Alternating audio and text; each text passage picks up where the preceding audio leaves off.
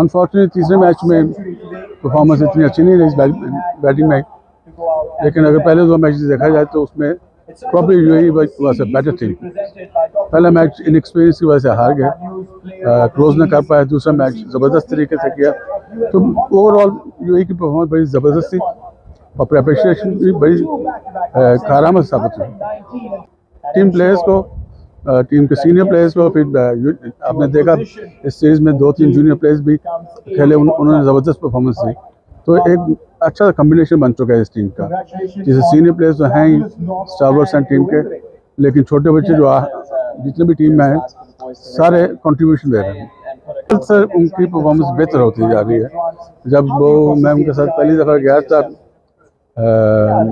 Namibia, तो उन्होंने कप्तानी की थी। उनकी वो कप्तानी और आज की कप्तानी में बहुत फ़र्क आ चुका है, बड़े एक्सपीरियंस हो चुके हैं और टीम रिस्पॉन्ड बड़ा अच्छा कर रही है।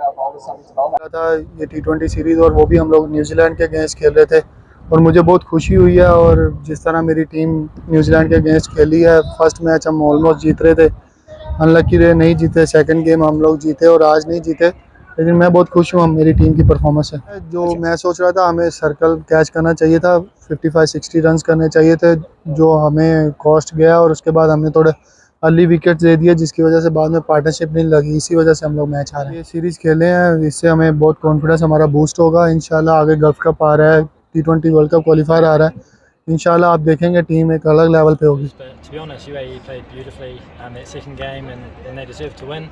So there's a little bit of pressure on coming into today. We knew we would like to win the series, and thankfully we put on a really strong performance and we won the series today. I think there's probably the first 6 overs is more of like a assess stage, and then Chappie and I got going and we sort of talked about 160, 170, and we sort of got roughly where we wanted. So we were happy with where we got in there. It's really hot. As a batter, it's really difficult to keep it under control and keep the gloves dry. That was one thing, and then just getting used to the new surface.